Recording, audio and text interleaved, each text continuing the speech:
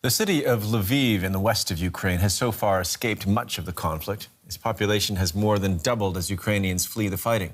But while they may have found relative physical safety, their minds are still very much focused on the war, as DW reporter Emmanuel Chaz found out. Life on the streets and in the cafes of Lviv looks almost normal. Residents are getting on with their everyday business as best as they can. They are determined not to let the war change that. Some are even thinking about the future. It's really important to continue to improve our economic, and I think that it's very, very important to work now.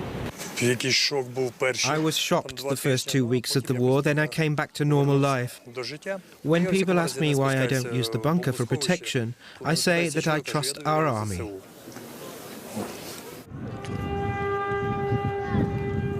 Lviv has not been completely untouched by the war, and the daily air raid sirens are a reminder of the threat of Russian airstrikes. But it has become a relative safe haven for millions of internally displaced Ukrainians.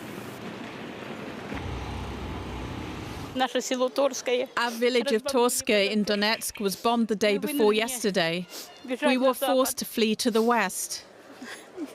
I don't know what else to say. Let Ukrainians live. I have no family there, only acquaintances. I came here from Luhansk because of the escalation of the war. It's a very hard situation, to say the least. We escaped mid-March. A week later, Russia came in and they bombed everything. So we have nothing left.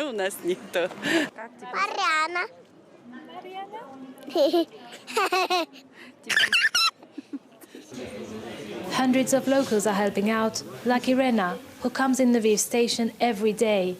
She says the city now has two faces. A railway station and, for example, center, it's like two different planets. Because in Centrum it's quiet, cafe working, everything is fine, people walk, and nobody don't know that we have everyday train. In the last 2 months, Lviv's population has almost tripled with new arrivals. But what both locals and the internally displaced people share is the experience of the war in their country. For more on that, we are now joined by Romani. He teaches politics and international relations at the University of Oxford and is the author of the forthcoming book, Putin's War on Ukraine, Russia's Campaign for Global Counter-Revolution. Romani, welcome. So can we indeed expect a long war of attrition in Ukraine? Well, I think a long war of attrition is almost inevitable because I think it's going to be very hard for the Russians to be able to make significant progress towards their objectives of taking over all of southern Ukraine, as well as consolidating control over Donetsk and Luhansk. They simply lack the morale, supply chains, as well as the tactical flexibility to really achieve that, because they would need to make a swift offensive on Dnipro and then consolidate their forces there and then encircle the Ukrainians, but that's not happening. Ukraine is a massive country. You've been watching developments closely. Are the Ukrainian forces getting everything they need? And if not, what's missing? Well, the Ukrainian forces are getting more and more heavy artillery, which is a positive step. I think that Britain's announcement that they're going to be willing to facilitate the supply of T-72 tanks from Poland, I think is one good idea. I think that some of the howitzers that are coming in from the United States as part of the $800 million aid package, as well as France's announcement yesterday, is good. But more artillery is needed, and also they need to start basically replenishing the Ukrainian Air Force more. They've got 20 extra jets from the parts that they got, but they've lost more than that since the start of the offensive. I'm curious, what do you make of the comments made by a Russian commander who said that full control of southern Ukraine would give Russia access to Moldova's breakaway region of Transnistria? Well, I think that was a while in the making, because Russia's been coercively threatening Moldova for some time. They've been hinting, for example, that the Moldovans don't have the money to be able to pay back the funds for Russian gas. And also, Moldova, as a neutral country, is heavily in the crossfire. Russia's occupied Transnistria de facto for more than 2 decades, is lobbying for its independence, is claiming that Russians are discriminated against. That's exactly the same playbook that they used in Donbass before invading. So I think we should be very concerned about Moldova's security. As you put it, Russia has, in fact, been hinting for quite some time now. But why would Russian military leadership essentially give advance warning about their potential aims, even beyond Ukraine, while they're in the middle of this conflict that the whole world is watching? It's actually quite a bit baffling because the Russians have always tried to disguise the imperial character of their mission under phrases like liberation or denazification or demilitarization. So this level of transparency about it, and the fact that Russian MPs over the past 24 hours have followed by saying that they want to include all of southern Ukraine into a combined federal district with Crimea, is quite striking and interesting. Also, the Ukrainians have been warning the Moldovan authorities for a period of time that Tiraspol, which is the center of Transnistria, could be used as an aerial base for attacks on southern Ukraine or Odessa. The Moldovans brushed off those warnings in the past, but now by summoning the Russian ambassador, it seems as if they're taking it a lot more seriously. There have been reports of some gains Russian forces have made in the east, of course. Can they be held? Well, there have been some reports of gains by Russia in the east, but it's small scale. It's all very slow moving. It's all very attritional. And we've seen the fact that Russia can make gains, or at least try to make gains, and also lose territory. We've seen that happen in Marinka, which happened in Donetsk. They concentrated the first day of their offensive in Papazhna, and they lost it to the Ukrainians. So it's one, a question of making gains. It's two, a question of holding on to it. Okay, that is Samuel Romani from the University of Oxford. Many, many thank you, sir, for your time and particularly your perspective. Thank you very much. Here's a look now at some other developments in the Ukraine war. United Nations Secretary General Antonio Guterres is set to visit Moscow on Tuesday to meet Russian President Vladimir Putin. He'll then head to Ukraine for talks with President Volodymyr Zelenskyy. Guterres will discuss steps to bring about peace following Russia's invasion of Ukraine.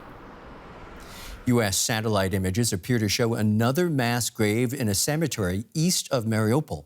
Pictures taken in late March and mid-April suggest fresh parallel trenches were dug. Ukraine has accused Russia of trying to hide evidence of war crimes during the assault on the city. Russia denies the claims. Ukraine's Azov Regiment has released a video of civilians sheltering in bunkers beneath the Azovstal steel plant in Mariupol. It's not clear when or where the video was filmed. Russian President Vladimir Putin ordered his forces not to storm the plant earlier this week, but Ukraine says attacks in the area have continued. Russia has confirmed the death of one of the crew members of its flagship missile cruiser, Moskva, a week after it sank in the Black Sea. The Ministry of Defense said nearly 400 crew members were evacuated. Kremlin critics suspect a much higher number of dead and missing, saying the ship's crew was about 500 strong. And we can cross over now to DW's Rebecca Ritters in Kiev. Rebecca, we've been hearing reports that Russia might make a land grab for Ukraine's south and reach a breakaway region in Moldova. How are people there reacting to this news? Well, you heard President Zelenskyy there saying that Ukraine is potentially just the first stop for President Putin. Something he said before. He said it on a number of occasions, but obviously this time it comes in response to the Russian commander giving a plan of what they're intending to do here in Ukraine, which is, of course, take most parts of the east of the country, the Donbass region and the Kharkiv, but also the entirety of the south of the country. That's cities like Mariupol that we've been talking a lot about. It's been heavily bombarded. But going all the way right across Odessa and into that Transnistria region, in Moldova, as you were just saying. Now, obviously, that's shocking to people here, but President Zelenskyy really wants to make it shocking to people around the world so that, the other nations will step up and help Ukraine in this fight, saying that other post-Soviet nations will be coming next. Rebecca, you mentioned that the city of Mariupol. As you well know, thousands of people have been trapped in that port city now for weeks. What more do we know about the humanitarian corridors that might, in fact, be their last line?